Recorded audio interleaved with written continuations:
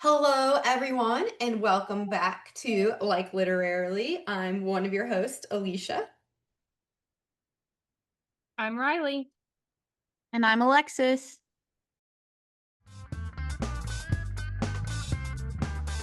Like Like Literarily. literally. And we're here for our November episode. And this book isn't necessarily cozy magical like we had for last month in October, but it's definitely still got the supernatural vibes that we have going for fall. And we're reading Mallory Marlowe's second book called Love at First Sighting. Alexis, could you share the summary of this book? I would be honored. So, we actually read this book with my book club that I started attending out here in Texas. I really did not hate it. And so when we were trying to pick a book from last month's episode to this month, I was like, "Hey, I think we should all read this." It was like that same kind of supernatural kind of vibe thing, but also um like really quick and easy and just like a good book to, read on a Saturday morning, drink some coffee and kind of crank it out in a couple hours if that's what you were trying to do. So, we pulled this description from our fave app, which is Storygraph, and it says Los Angeles social media influencer Elle Martin seems to live the perfect aesthetic life, but what Elle wants more than anything is to find something real to make her heart race in a way that it hasn't in years. She doesn't expect that feeling to come from capturing footage of an unidentified flying thing, much less from the charming man in black who keeps following her around. Agent Carter Brody is trying his best to keep the private intelligence sector, PIS or PIS, afloat by dragging their hopelessly out of date office into this century, even though what he really wants to do is follow in his father's footsteps, identifying and hiding extraterrestrial sightings. He gets his chance after being assigned to Elle's case and is stopped in his tracks, not only by her ingenuity and confidence, but also by the unnerving coincidence of how her sighting looks eerily like what he saw right before a family tragedy. The deeper Elle and Carter fall into the mystery, the harder it is for them to ignore their growing chemistry as their own alien feelings, ahaha, become dangerously terrestrial. So, as always, this is not spoiler free. So, if you want to crank this one out and come back, we'll be here. So, time for everyone's general thoughts. Riley, want to start us off? I would love to. I would like to say I was happily surprised by how much I ended up enjoying this book. It was definitely quirky and not serious at all, but it was very fun. Overall, I was what impressed me the most was that I didn't find the social media and texting aspect of it as annoying as some other books. Granted, I did listen to it. I didn't read it, so I don't know if that experience would be different if I had read it read read. I don't know what I'm trying to say here. If I read the physical book, there we go. Um, and I thought that was especially impressive since Elle was an influencer, so you'd think it'd be obnoxious. What were y'all's thoughts on the social media stuff? So I also used my ears instead of my eyeballs to read this book, so don't worry, you weren't alone. Anyway, I didn't mind that she was an influencer. But both characters still felt extremely superficial to me, except for, their tragic backstories, which really felt like an attempt to make them more dimensional than they really were. I felt like I was reading a Wattpad book, and I think that was just right from the get-go. It was too much description of like the physical characteristics and not like just what do these characters look like, but what were they wearing? Like we were just like quintessentially in that Wattpad story where it's like Elle is wearing her pink leggings and her yellow top with her tivas as she hikes up this mountain. And I was just like, why are we getting into every detail of the outfit? And I get it, she's an influencer, but like, yeah, the point, like the character growth was supposed to be she wants to be more depth than this influencer, but I don't know. I was wrestling. I was feeling the Wattpad vibes, and I mean, there's a time and place for that. I loved Wattpad back in the day, as we've discussed before, but I it was falling a little flat for me. Alexis. Um, I thought that the influencer thing was a bit cringy, and when I like read the description when we got this book, I was like, "Oh God."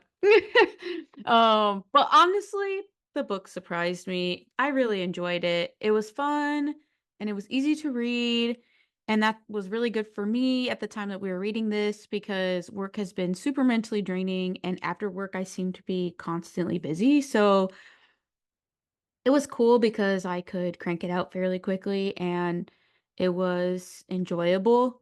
Um, Although, like you said, I mean, slightly cringy, but just one of those quick feel good books, little palate cleanser from some of the other things that I had been reading. And I was coming out of a horrible book slump. So that also did not help. Or not book slump, reading slump. I said that wrong. Um, the plot I was a little unsure of, but genuinely, it kept me engaged. I finished this one before I showed up to my book club meeting, so that was cool. Um, but yeah, I mean, it wasn't like the best book I've ever read, gonna win any kind of literary awards or anything, but enjoyable enough that I finished it and it kept me intrigued. Um, with PIS not actually existing in the real world, how well do you think Marlowe did creating it? Did she lean too far into the Men in Black idea, like the movie, or not enough? I feel like she did a good enough job with the silly premise. Spoiler again, warning. Do I think that some rando division chief would be able to pull off all the stuff he did with like the tech bro and like, selling government secrets and whatnot? Absolutely not. That was very silly. But I do feel like the silly romance also isn't that deep, so it didn't bother me. Like Alicia was saying, it was giving Wattpad, so I'm not gonna judge it too harshly. I do wish a real alien showed up though, more than just like some random file. I feel like that would have been a lot more fun, but alas, we did not get that. What do you think, Alicia?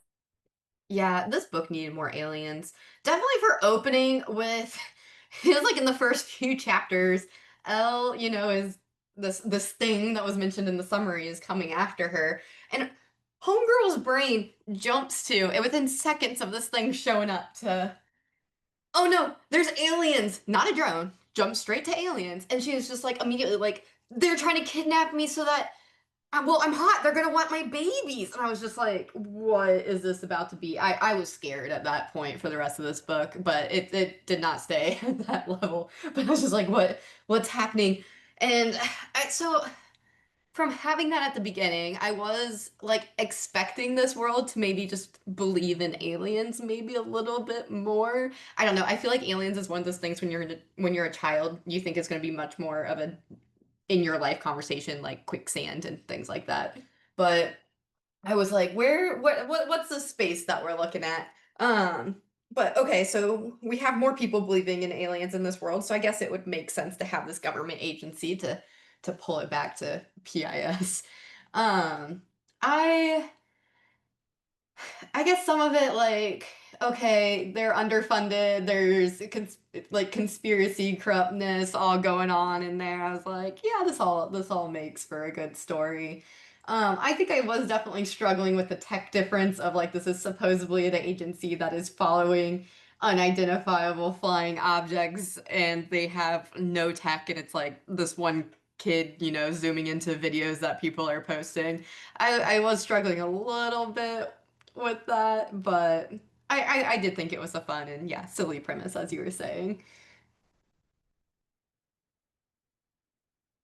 I will like to say, as a government worker, hashtag furlough, um, and I'm not speaking for the government, we are extremely low tech. So that did not surprise me even a little bit. I'm sure Alexis can relate. Yeah, I was gonna be like, the government is weird. It's advanced yet literally not at all at the same time. Like for sometimes, like when they say, "Oh my God, it's military grade, it should be amazing, right?" And sometimes it is, and other times it just means that they bought it in bulk and it was And it cheap. doesn't work. Yeah. And then too, I think sometimes people forget that like depending on what agency you work for, your benefits might outweigh like everything else. So when you're a government ran agency, it's like hit or miss. You're either making amazing money like the CIA, or you're like a low end three-letter agency and the benefits are nice because you're still government agency, but the rest of it's pretty mid, which was basically PIS. So Not PLS, excuse me. TIS seems like how do I say this? An underfunded, I don't know. It's like going to the S6 shop. So, being less familiar with the government, I'm going to transition our conversation over to the genre of this book was clearly a romantic comedy with a little bit of mystery sprinkled in there. But we also had a little bit more spice than we've seen in the books we've been reading here recently on the pod.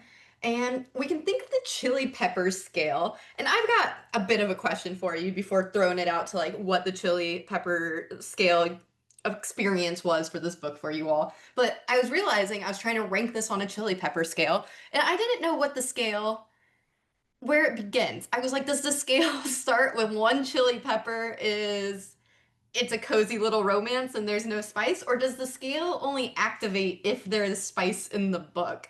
And so I was like, well, if the scale is starting where a no spice book is a 1 on the chili pepper scale, then I guess this is like a 3 to a 3.5. But if the scale only activates once there's spice in the book, then in that case, I think that pulls it down to like a 1.5 to a 2 for this book. And so I was like, I don't know where the scale starts for the chili peppers.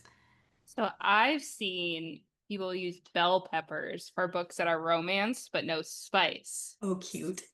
I know. So that's like a 0 on the spice scale, but it still has like a bell pepper, so you know that it's romantic. So I would say that's where the scale starts, which I like because I think it's hilarious that people will use a bell pepper. So I'd say this is like a 1.5 or a 2. I don't know. That's my opinion. yeah, I didn't think it was that spicy at all, but I guess is that like a personal perspective thing, you know? Like what if a casual spicy scene to me is not that bad, but to somebody who's maybe a little bit more innocent, we're trying to avoid it. I know So I would there's give it like yeah. 1.5. I think 1.5 is a good point because they like had a little bit of a spicy scene, but it was short and it kind of had a little fade to black moment. Yeah, I know there's one influencer, I can't think of who she is right now, but she'll post like romance books, and then if you don't want to read spice, she posts what chapters to skip. And I think that's very much appreciated for people. If I ever find her handle, I'll let you guys know. But yeah, I agree. It wasn't too bad. I would say 1.5, maybe a 2. But I will say, I feel like the no spice, sweet romance, fade to black thing. I do kind of prefer that usually. So I like that this one wasn't too much. But I do feel like with this book, they did a better job than like the 1C and the Secret Society of Irregular Witches. Like it was definitely spicier than that. It also, like for lack of a better term, it moved the plot along the spicy scene. Like she didn't have spice randomly where it didn't belong. Like it did make sense and it did have like build up to it. And when it actually happened, it didn't bother me. Unlike say the spicy scenes in like Akawar. Oh well. Man, thinking of like spice where it's just there and like why should it be there? On the flip side of that, I just read this is a full tangent. I just read Mate by Ali Hazelwood and what a journey. That's all I'm gonna say so that there's not spoilers since that just came out. But like the idea of how to rate that on a spice scale, oof. But pulling it back to this book. The other thing that did throw me off about the romance, well, maybe not throw me off, but I mean, it's like Twilight, where it's just like, what is the timeline of this book? Like, Homegirl is moving in with this dude, I think within like a couple weeks. I I tried to find a timeline on the internet, couldn't find one, and I had already returned the audiobook, so I wasn't about to go through that journey. Yeah, I completely. It seemed just like crazy quick. I don't know. I have no idea the timeline of this book. That's an extremely good point, Alicia. Like, who moves in with some rando and like, completely remakes her social media within like a couple weeks? I don't know. I guess it happens. Influencers. She Oh, was living in a hype house. that is true. I will say her roommate that like pretended to be British in this book did. I thought that was hilarious. Relatable. I feel like it was so realistic too, because I feel like these influencers, not all, but most, are pretty understood at this point by the general population to be ingenuine and fake. So the fact that she went to this European trip to London like one time and it was like, okay, I'm British now, or whatever it was, it's like, oh, okay, sure. All And right. kept Like, do you calling have her Eloise. Like, what? like, do you really have that much lack of self-confidence and idea of who you are that you just completely act like an not even what is that, like an ethnicity that you aren't even like, I don't know, it's just so random. But as far as Elle and Carter, I do feel like they moved really fast, but I'm gonna be positive and just say when you know, you know. I mean, I know for him, he kind of had some weird stuff happen in his life, so he had to mature pretty quickly. But for her, I feel like I just got kind of confused. But hey, whatever makes you happy. You know what? It worked for the plot, and that's all we can ask for. Um, Speaking of the plot, were y'all invested in the mystery for this book? That was like probably, I mean, the romance and the mystery were the two plots. So, what did you think? I wasn't. Though I will admit, as the book progressed, and I mean, really progressed, it took me to like the last quarter. I did begin to care a little bit. Like, I found like finding the note in the liner of his hat that he wore from his dead father. I was like, okay, that's like a nice little circularity moment. But I did think this would make a really good movie. So even while I was reading it and just like not really getting into it, I was like, I could feel myself vibing with this as a movie. But just to circle back and reiterate and really hammer down, it definitely needed more aliens. Definitely more aliens. Honestly, I liked the mystery more than I think I cared about the romance, if I'm going to be honest. I mean, I did like them as I liked Carter especially as a character, but overall, like I wasn't invested in their romance. I think they're gonna break up, but um side note, sorry, random. But I agree, this would be a good sci-fi channel movie if it had more aliens. We pitched a sci-fi so frequently, they need to listen. They do. Honestly. Um, I was decently, but that's just because I'm a huge conspiracy theorist and I love stuff like cult documentaries. So I was pretty intrigued. Um, I do agree with Riley that, and I guess you too, Alicia, that it definitely needed more aliens, like, or at least something more sketchy. I think Riley mentioned it about like the plot twist with this guy and the private company funding like all this fake weird sightings for the agency to stay operating or whatever. Like it was a good premise and it worked for the book. Is that really realistic? Who knows? But I feel like I needed something. The conspiracy theorist in me wanted something darker, but for the sake of this being romantic comedy, it makes sense that it wasn't, but it's fine. um, so I guess that kind of leads us towards what are our final thoughts. Are you going to read Marlowe's other book, which is Love and Other Conspiracies, or Do you have any other thoughts about this one? I can start us off. So I might check it out. I gave this one a 3.75, but on Goodreads, where it's only full numbers, I put 4 stars. Like I said earlier, work had been pretty insane when I was reading this, so it was honestly just a good chill book not to think and just enjoy. So if I feel like I am, as I slowly come out my reading slump, feel up to picking up an extra book that's not just for my book club or for this, I might check it out, but we'll see. Stay tuned. What do you guys think? I gave it 2.75.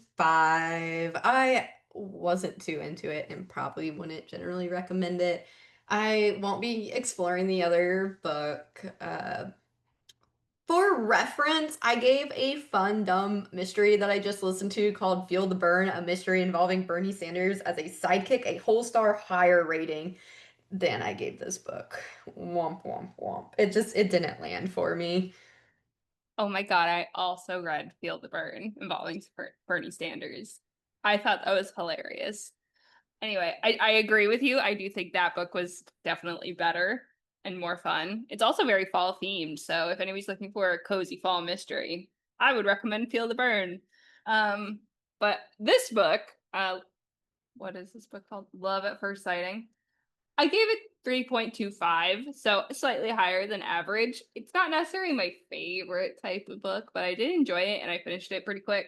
The alternating narrators for the audiobook, I can't decide if I liked or not actually, because my like original vision, I had a Carter when it was like in the female narrator's voice versus the narrator for Carter like completely threw me off. It gave me like a whole different vision, so then I couldn't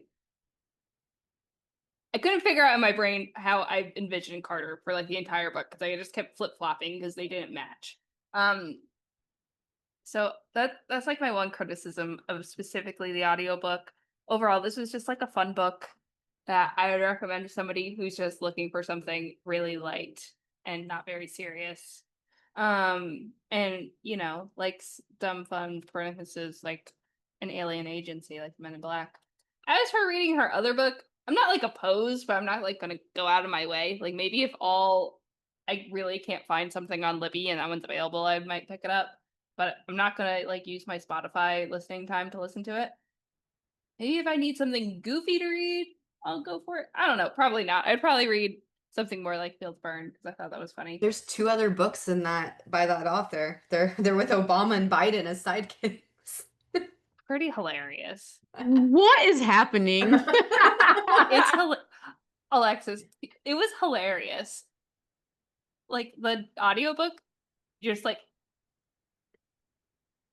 pretending to be Bernie Sanders. It was so funny. I was so I'm entertained by it. literally so dead. It was pretty fun.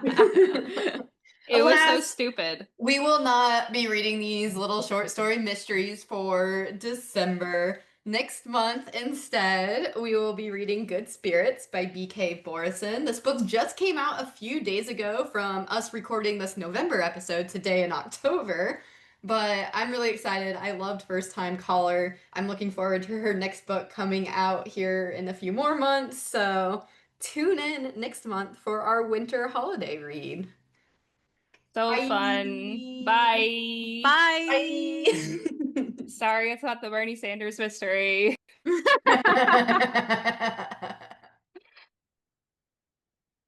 Woo. Woo.